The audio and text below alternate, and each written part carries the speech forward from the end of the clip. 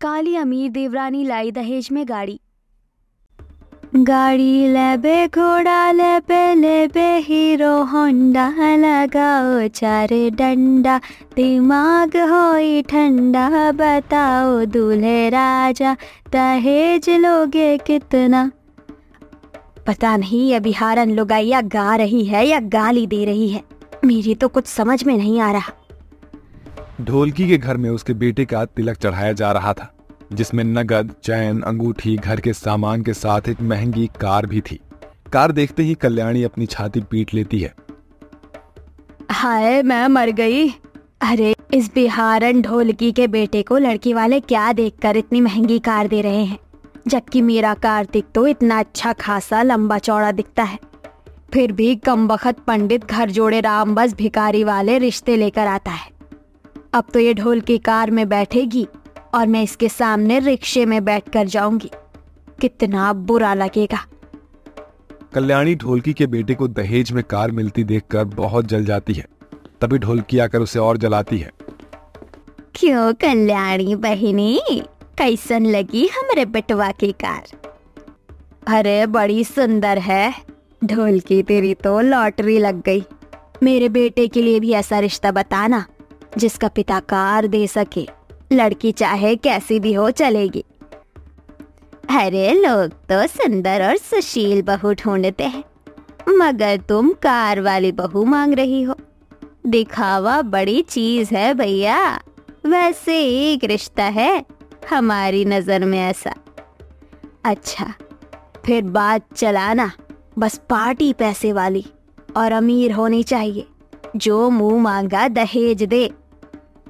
कल्याणी घर लौटकर आ जाती है। तभी उसकी बड़ी बहू सविता डरते सहमते पानी लेकर आती है। माँ जी पानी।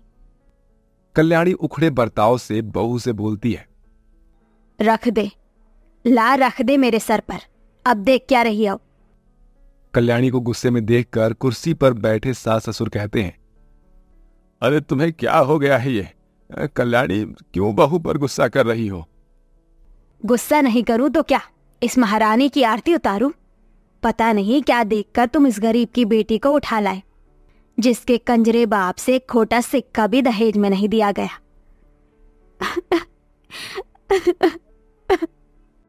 कल्याणी हर बार ही सविता को दहेज न लाने की वजह से कड़वे ताने मारती थी।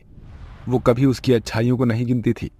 थोड़े दिन में ढोलकी कल्याणी के बेटे का रिश्ता लेकर सबसे अमीर दिलीप आडवाणी की इकलौती बेटी शुलू के लिए लेकर जाती है, जो कि बहुत ही घमंडी और अकड़ू लड़की थी। शुलू जरा ये तस्वीर देखो, क्या तुम्हें पसंद है ये? कार्तिक की तस्वीर देखकर शुलू शर्मा जाती है। Yes papa, he is good looking, smart, I like him. बाप रे, ये लड़की है कि चलता फिरता कोयले की भट्टी, कितनी काली दिखती है। मेरी शुलू को लड़का पसंद है, इनकी जो भी मांग है मैं पूरी करूंगा। ये दिलीप आडवाणी अपनी बेटी को दहेज में BMW कार देगा। कल्याणी की कार पाने की इच्छा पूरी हो जाती है। बड़े ही धूमधाम से दिलीप अपनी काली बेटी शुलू की शादी कार्तिक से करा देता है और BMW में बिठाकर अपनी बेटी को ससुराल विदा कर देता है। आओ आओ मेरे घर की लक्ष्मी, स्वागत है तुम्हारा। अरे वो सविता, जाकर आरती की थाली ला। मान लीजिए, मैंने रख दिया आपका मान। अब हो गई ना शादी, और आपकी कार भी आपके पास आ गई है। और अब मैं जाऊं? अरे ठहर जा कार्तिक बेटा, अपनी माँ को स्वागत करने दे। लीजिए माँ जी, आरती की थाली। अरे मुझे क्या थमा रही है, कमबख्त अपनी देवरानी की आरती उतार, चल। सविता पुरानी दुरानी साड़ी पहनकर घर आई अमीर देवरानी का गृह प्रवेश कराती है। देवरानी जी, दाहिने पैर से कलश को गिराकर अंदर आ जाइए। शुलू अंदर आते ही अपने गरीब जेठानी की बेइज्जती करती है। सासू माँ, जेठानी के पास कोई ढंग की साड़ी नहीं थी क्या, जो ये तुच्ची सी साड़ी पहन ली? कितनी बुरी दिख रही है। बोल तो ऐसे रही है जैसे खुद दूध सी गोरी दिखती है, कलूटन कहीं की। ऐसा लग रहा है जैसे कि गटर में से नहाकर निकली हो। सासू मॉम, आपने कुछ कहा क्या? कुछ भी तो नहीं, मैं तो ये कह रही थी कि तुम्हारे नैन नक्श कितने तीखे और सुंदर हैं, बस रंग जरा काला है। मगर कोई बात नहीं, हम काले हैं तो क्या हुआ, दिल वाले हैं। काला शब्द सुनकर शुलू बौखला सी जाती है और सभी के सामने अपनी सास को जोरदार डांट लगाती है। इनफ मम्मी जी, ये खीखी खीखी करना बंद कीजिए और मेरी कार अच्छी जगह पार्क करा दीजिए। उफ, एक तो यहाँ की गली इतनी पतली है। काली बदसूरत होने के बाद भी शुलू बहुत ही घमंडी थी, जो कि उसके पिता के पैसों पर थी। क्या अब तक जिस तरह गरीब सविता ने अपने ससुराल को प्यार और स्नेह से जोड़ रखा था, क्या काली देवरानी रख पाएगी, या फिर ये देवरानी कहीं घर को तोड़ कर ना रख दे। शादी के पहले दिन शुलू पैर पसार कर सोई हुए थी और काफी देर बाद वो मेकअप करके एक आधी अधूरी ड्रेस में बाहर आती है। गुड मॉर्निंग मम्मी जी। गुड मॉर्निंग ससुर जी। उसके छोटे कपड़े देखकर ससुर श्रवण ने नजरें झुका ली। हे भगवान, ये क्या पहना है बहू ने कल्याणी? शालू बहू, ये तुमने कैसी ड्रेस पहनी है? ज्यादा बड़ा हो गया है ना मम्मी जी, मुझे लगा भी था। अरे बहू, ये बड़ा नहीं बल्कि बहुत ही छोटा है। तुम इस घर की नई नवेली दुल्हन हो। इस घर में ऐसे कपड़े नहीं पहने जाते। बहू, अपने जेठानी से कुछ सीखो, उसके सर से कभी घूंघट नहीं उतरता। अपनी गोरी जेठानी की तारीफ सुनकर काली देवरानी को मन ही मन चिढ़ मच जाती है, जिसके चलते वो अपनी सास को सुनाने के लिए कार की ऐंठ दिखाती है। मम्मी जी, आज तक मुझे मेरे डैडी ने भी ड्रेस को लेकर कभी कुछ नहीं कहा होगा। मैं ऐसे घर में नहीं रह सकती। I am leaving. मेरी कार की चाबी कहाँ है? हे भगवान, अगर मेरी कलमुही बहू चली गई तो इसके साथ साथ BMW कार भी चली जाएगी। अरे बहू, तुझे कहीं जाने की जरूरत नहीं, यहीं रह और तुझे जो जचे वो पहन। लेकिन माँ जी, ये कपड़े ठीक नहीं है। घर की मर्यादा बहुएं होती है। मर्यादा? My foot, how dare you जेठानी जी। खुद तो दहेज में एक चवन्नी तक नहीं लाई। अपनी हद में रहो, जाकर मेरे लिए नाश्ता बनाओ। सविता की सास और उसकी काली अमीर देवरानी दोनों मिलकर उसे बहुत ही बुरा भला बातें सुनाते हैं, जिसे सोच सोच कर सविता बहुत रोती है। ऐसे ही दिन गुजरते जाते हैं। सारा काम अकेली सविता ही दिन भर करती है, जबकि कल्याणी अपनी काली बहू की दुमछल्ली बनी रहती है। आहा, ठाट तो मेरी है। बेचारी मेरी गरीब जेठानी सारा दिन सबकी सेवा करे, लेकिन सास की चहेती तो मैं ही बनी रहूंगी। लाखों की कार जो लाई हूं। जहां सविता सभी की छोटी छोटी खुशियों का ख्याल रखती है, वहीं शुलू अपने में ही मगन रहती है। एक सुबह जब गरीब जेठानी पोछा लगा रही थी, तभी काली देवरानी उसे सुनाकर कहती है, मम्मी जी, मैं सोच रही हूँ आज हम सब कहीं बाहर डिनर करके आए। अरे मैं तो बिल्कुल तैयार बैठी हूँ बहू। शाम को सब तैयार हो जाते हैं। कल्याणी सबसे पहले गाड़ी में चढ़कर बैठ जाती है। बाकी लोग भी बैठ जाते हैं, लेकिन बेचारी सविता के लिए जगह नहीं रहती।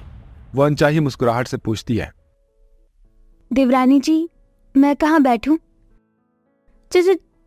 सॉरी जेठानी जी, सीट तो फुल हो गई। आपके लिए जरा भी जगह नहीं बची। वैसे भी इतनी महंगी कार में आपको आदत नहीं होगी बैठने की। आप घर पर बनाकर खा लो, हम आते हैं। इतने अपमान के बाद बेचारी सविता का दिल टूट जाता है। तभी उसकी सास कल्याणी भी कड़वा बर्ताव जताकर बोलती है, अरे अब खड़ी क्या है गरीब की बेटी, हट और गाड़ी निकलने का रास्ता छोड़। पूरे घर में सविता अकेली बच जाती है और वो बहुत रोती है। तो वहीं दूसरी तरफ कार में कल्याणी ज्यादातर जगह खुद ही घेर कर बैठ जाती है। अरे वाह, क्या नरम नरम गद्देदार सीट है। ये कार नहीं, हाहाकार है। ओफो मम्मी जी, ये क्या गवारों जैसी हरकत कर रही हैं? आप अच्छे से बैठ जाइए। 2 कौड़ी के रिक्शा में नहीं बैठी, आप इसलिए देहाती हरकतें मत दिखाइए। बहू की बातें कल्याणी के दिल पर चुभ जाती है। थोड़ी देर में रेस्टोरेंट आ जाता है, लेकिन कल्याणी को दरवाजा खोलने नहीं आता।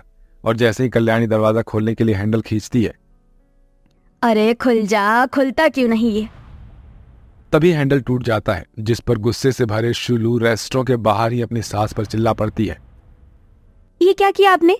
हैंडल तोड़ दिया, इतना बड़ा नुकसान कर दिया। अरे जब कार का गेट खोलना आ नहीं रहा था तो कार में आप बैठी ही क्यों? दूर हटिए। शुलू अपनी सास को जोर से धक्का मार देती है। वो जमीन पर जाकर गिर पड़ती है, जिसे देखकर कार्तिक भड़क जाता है। मां, आप ठीक तो हो? शुलू, ये क्या बदतमीजी है? आखिर तुम्हें किस बात का इतना घमंड है? ना तो तुम सुंदर और ना कुछ। इस कार पर इतना इतरा रही हो तुम? हैं? तुम्हें तुम्हारी कार मुबारक हो। इसे लेकर अपने बाप के पास लौट जाओ, चलो। कार्तिक अपने पूरे परिवार के साथ रिक्शा में बैठकर घर लौट आता है, जिसके बाद वही खड़ी खड़ी शुलू पछताती रह जाती है और सीधा ससुराल लौटती है। अब क्या करने आई हो यहाँ पर? हाँ, समझ में नहीं आ रहा तुम्हें? चली जाओ यहाँ से। मुझे तुमसे जरा भी रिश्ता नहीं रखना है। जो मेरे माँ बाप की इज्जत ना करे ना, उससे तो मैं बिल्कुल रिश्ता ना रखूं।